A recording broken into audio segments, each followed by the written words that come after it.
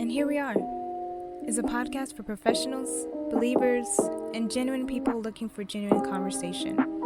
My name is Kia Harris Saklen, and I'm your host. I'll be sharing information about nonprofits, faith, business, entrepreneurship, life, and much more. I'm so excited for you to be joining me, and here we are.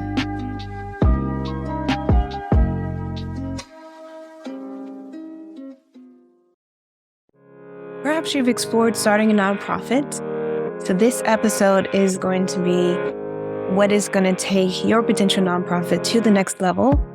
And it is to guide you to make sure that you make the right decision to start an organization. So I want to discuss 3 things that you should be considering before starting a nonprofit. The first is commitment. This includes your time and long-term commitment. So you can ask yourself, do you have the desire to continue to serve individuals, groups, and communities for years to come? And this is actually a question I asked myself when I started my nonprofit, Dare Humanity. I was considering the longevity of the organization and if I had the capacity to continue to lead it for years to come. So it's not that nonprofit founders will work the organization for years. They will eventually hand off the organization to another executive director. But for building the organization and developing the organization is going to take time. And so you will need to be committed in this way.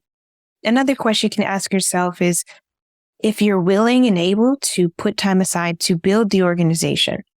Startups are quite unique in their structure. It's different for someone to step into an organization that has been established for years, that has revenue already, that has the capacity to do certain things and explore different things. But with nonprofit startups, it's different. It is that you have to build up your donor base from zero. You have to establish your partnerships from zero, your team. And so another great question to ask yourself in regards to your commitment. Another area that I would invite you to consider is your capacity. So I'm referring to availability with your own schedule, the funds for the organization, and initial programming. So what will be your schedule for building the organization and the organization's activities? Let's say you have in mind to have 4 different programs every single month. Well, my question to you would be, well, how would you manage all the programs? Who would run them? Would it be you? Do you have the capacity to run 4 programs? So you want to consider all the activities that you foresee the organization having, and then determine how those activities are going to be orchestrated. Who's going to be responsible for the activities that are ongoing? I'd like to introduce you to HelpOpx. It's a centralized database and tool to manage services and to show the impact of your nonprofit. So their platform includes case management flow, which can assist with systemizing client flow follow-up, and staff volunteer assignments, a referral flow with service requests to easily move inquiries to the right contact person and department, mass texting, data visualizations, and more. And they love working with startups. So click the link in the show notes and connect with HelpOpx. Be sure to use code KIA, KIA 444 to get a discount for your new service with HelpOpx.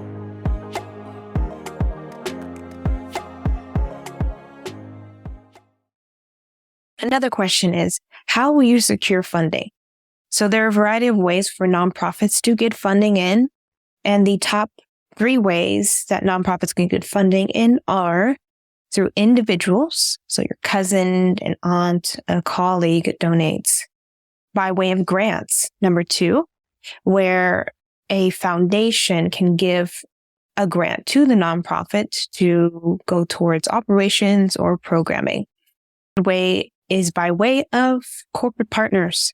So a corporate partner says, we will absolutely fund your program for the next 6 months, for the next year. And so you receive funding in that way. So as a potential founder, you'll need to consider how you will secure this type of funding.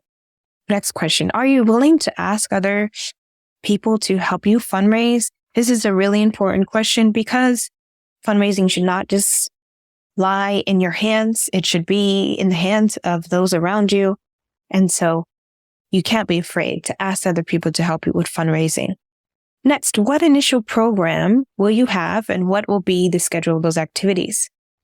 I always recommend you have 2 programs max to begin with. You don't want to be juggling the organization in addition to your family and school if you're getting a higher ed or you're currently in school, undergrad, for example. You want to be able to have that balance in your life and make sure it's not intruding on the activities of the organization. So take and consider those 2 initial programs max and the schedule of those activities. So final area I want to discuss is team, your team. So as you listen to episodes that I have and listen to the episodes from the past, I will constantly talk about teams.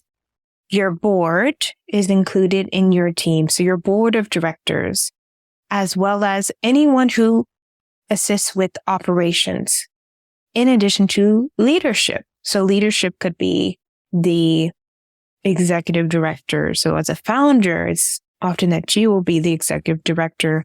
And then you have the other directors that work with you.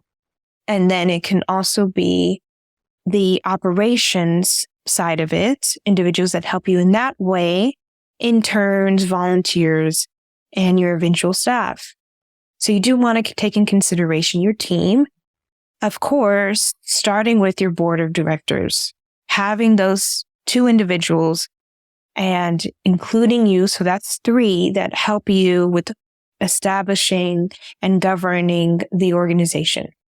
Don't build your nonprofit organization by yourself, making sure you have active board members who can help you with your journey, that can be that sounding board to bounce off ideas that are connected to the mission and the vision that you have for the organization. So who will help you with the day-to-day activities? Programs, marketing communications, fundraising, administration. Who's going to be there to help you with that? You want to keep these 3 things that we shared on this episode: commitment, capacity, team, in mind as you build, and use questions from this episode to get your thoughts down on paper. And from there, you take those thoughts and you share it with your team. Don't make it so that it's always someone has to come to you for the information. It's that you can easily hand off something that is online so they can view it and collaborate with you. So I trust this episode has helped you in your journey of considering starting a nonprofit. I do want to share a resource with you. It is How to Start a Nonprofit. I will put the link in the show notes where you can download a video that I created that will walk you into a bit more details in the areas that we discussed today. So download using the link, and I am looking forward to connecting with you for the next episode.